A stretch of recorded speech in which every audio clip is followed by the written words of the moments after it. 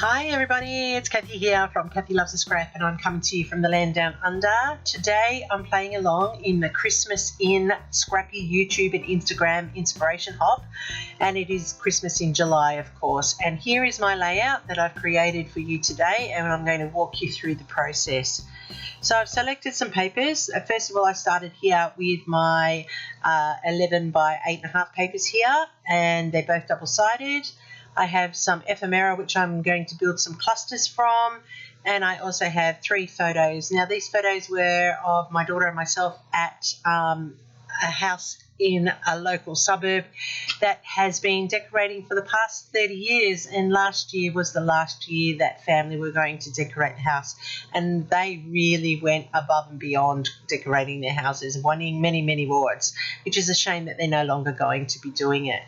So I'm going to start by cutting out a red frame, and I'm actually triple matting this one because I want to add that colour and build on the layering of it.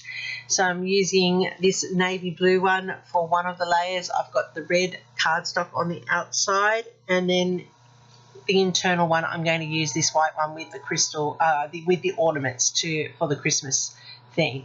So this will all layer up as the base of my layout, and then I have the 3 photos, and you can see that the colours are mirrored from the photos to the layout. I then am going to have like an anchor across the layout, and I'm bringing in some gingham, and I'm bringing in the greens and some stars, and I have decided I'm going to mount 2 of them in the red, and I'm going to mount one with the star behind the photo. So I'm just building it from the bottom, and I use double-sided tape. When I layered my frames, I always do one at a time. That way I can avoid buckling and getting bubbles in the frame and it not lining up. I don't often do a triple frame, but I am today, and I'm also not gutting the main base because I'm not going to use it on this layout, and I'm going to try and reduce the amount of scraps I keep accumulating. So there's the base, and now I'm putting in this shelf across the top there.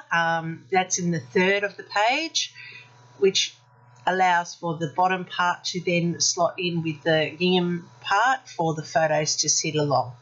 I have the white star there because I don't like it just butting empty, so if I do this, I've set up a little bit of a eye-pleasing shelf for all of the layout to rest on.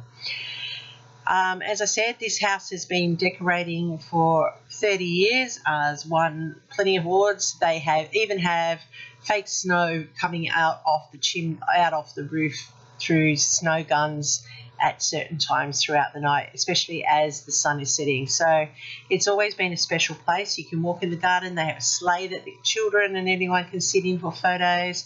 They have Santa's workshop. Santa comes to visit. They have the ice cream truck out the front, yes, because it's Australia and it's hot, so we get the ice cream truck out the front. But the street has always been busy. Like, people on busload tours come in to see this house. That's how effective this house is. They put up false panels around the walls of the house that turn it all into a winter wonderland for the North Pole.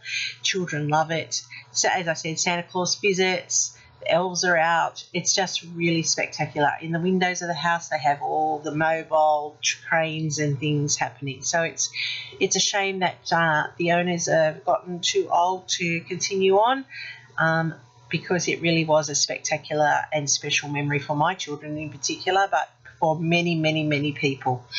So I'm building my clusters here, and I watched a video recently on how to build the perfect clusters. So I'm trying to experiment with her formula, and her rule of thumb is 7 elements, mixing them up between large, small and medium, and I'm going to try and start following that formula from now on. It seems to work. It seems to actually make them balance out a lot nicer. So let's see how that keeps going.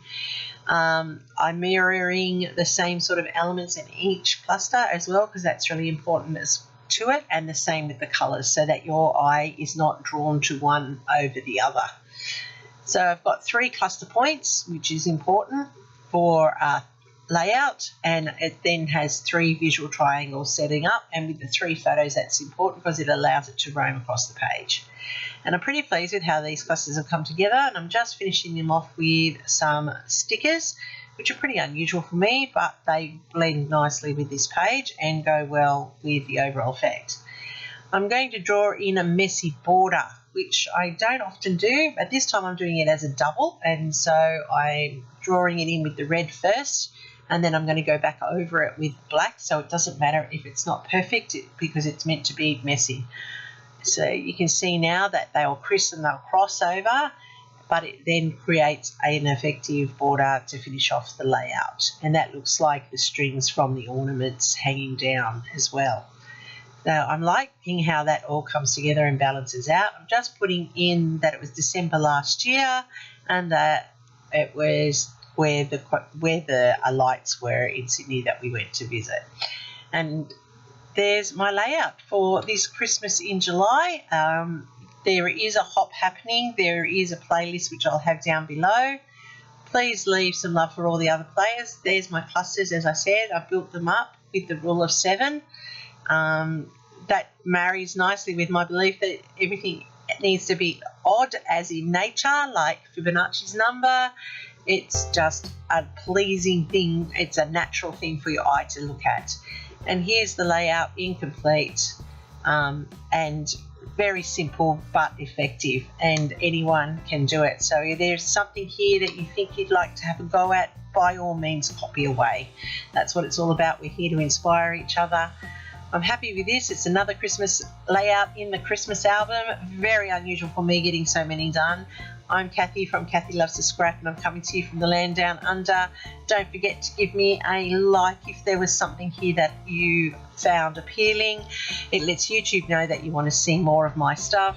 Leave me a comment. I'll get back to you. I always enjoy the feedback. It is productive and helps. You can find me under all my socials on Kathy Loves to Scrap, in Instagram, where all my layouts end up, even those without a video. I thank you once again for watching. Don't forget the playlist. Happy scrapping. Until next time.